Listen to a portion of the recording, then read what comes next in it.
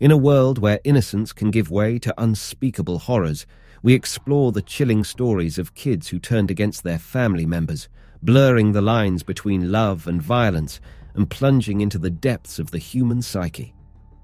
Our journey embarks from the heart of Las Vegas, known as Sin City, where the mesmerizing glow of neon lights and concealed shadows conceals a grim tale.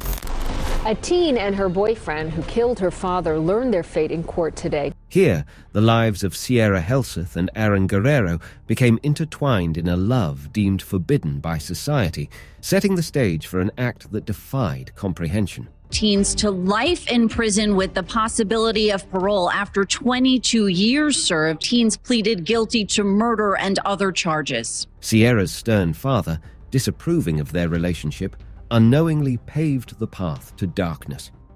Instead of seeking understanding or defying his disapproval, Sierra and Aaron's love story took a sinister turn. Their once affectionate hearts succumbed to the toxic whispers of despair, leading them to commit the unimaginable, a brutal murder, and not just anyone, but Sierra's father. The gruesome details of the crime sent shivers through the community.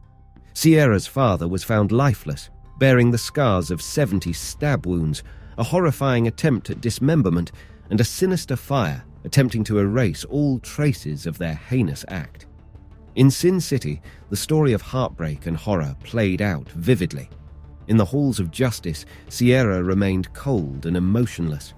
A startling revelation occurred as she read a letter accusing her father of unspeakable crimes, an attempt to justify the unforgivable act, revealing the depths of her transformation. A disturbing video emerged, capturing Sierra and Aaron reveling in their gruesome deed, a chilling testament to their disconnection from morality. While justice ultimately prevailed, Sierra and Aaron's apologies rang hollow, incapable of healing the irreparable wounds they had inflicted. Life sentences were imposed, with a glimmer of hope for parole after 22 years, an opportunity in the face of relentless darkness. Their story, however, is not an isolated incident. It echoes a broader narrative of tragedy and despair, one that takes us to New Mexico, where Nehemiah Griego's shattered psyche led to a shocking rampage that claimed his family's lives. The motives behind his actions remain enigmatic, underscoring the intricate complexities of the human mind. Jake Evans. The Parker County teenager who murdered his mother and sister pleaded guilty to the crimes and will be sent to prison. The courtroom dramas persist, unfolding with each case as chilling reminders of the fragile nature of the human condition. Among them, the story of Jake Evans stands out, a descent into darkness that led him to turn a weapon on his own family. Then there is Daniel Patrick, whose actions stemmed from a disturbing detachment from reality. These narratives serve as stark, cautionary tales, compelling us to confront the unsettling truth that darkness can fester within even the most unsuspecting hearts. As we grapple with these harrowing accounts, we find ourselves confronted by profound questions that extend far beyond the confines of the courtroom. Can forgiveness coexist with justice? Is it possible for empathy to bridge the seemingly insurmountable chasm between a tormented soul and the societal need for retribution? These stories challenge us to examine our collective responsibility, the duty to nurture, guide, and protect the vulnerable hearts of today's youth, to prevent their descent into the abyss of despair. In the courtroom, justice becomes a precarious balancing act, seeking equilibrium between the weight of tragedy and the pursuit of redemption.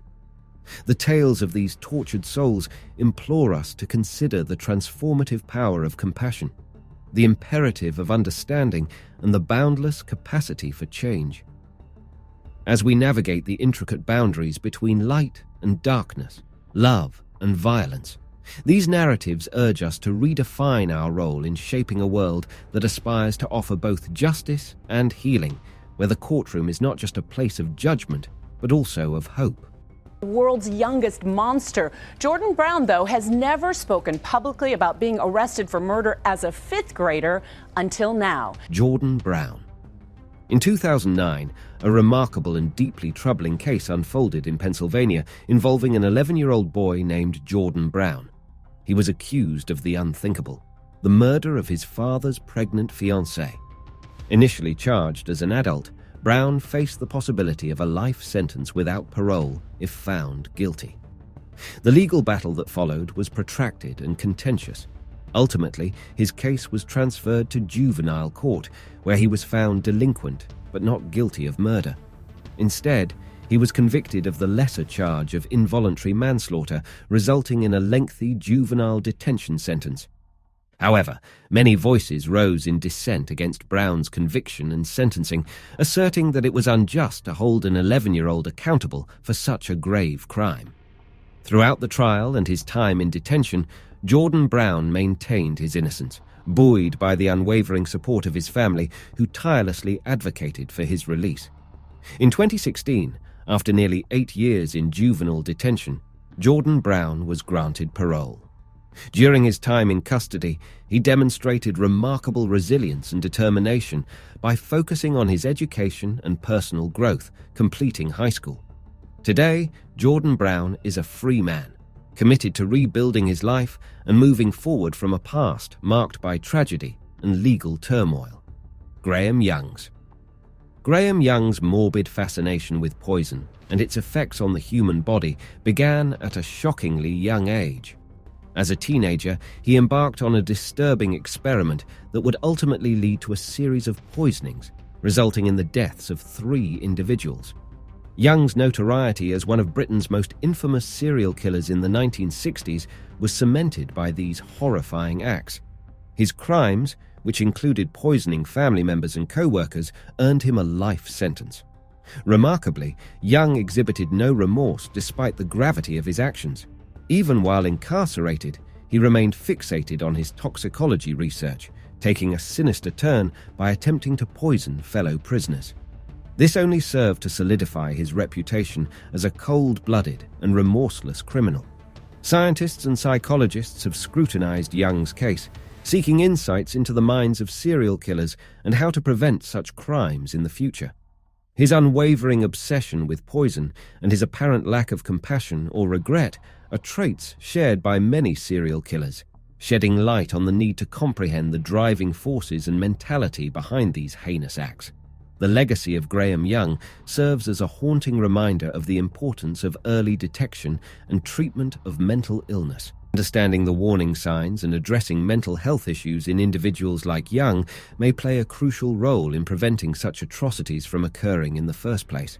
Right now, people are just trying to make sense of what happened in this home right over here. The stepmother killed with a family murdered, and their 14-year-old son allegedly confesses to the crime. Teen confesses to killing all 5 family members. The quiet town of Elkmont, Alabama, was thrust into a nightmarish tragedy as a 14-year-old boy confessed to the unthinkable act of shooting and killing his entire family.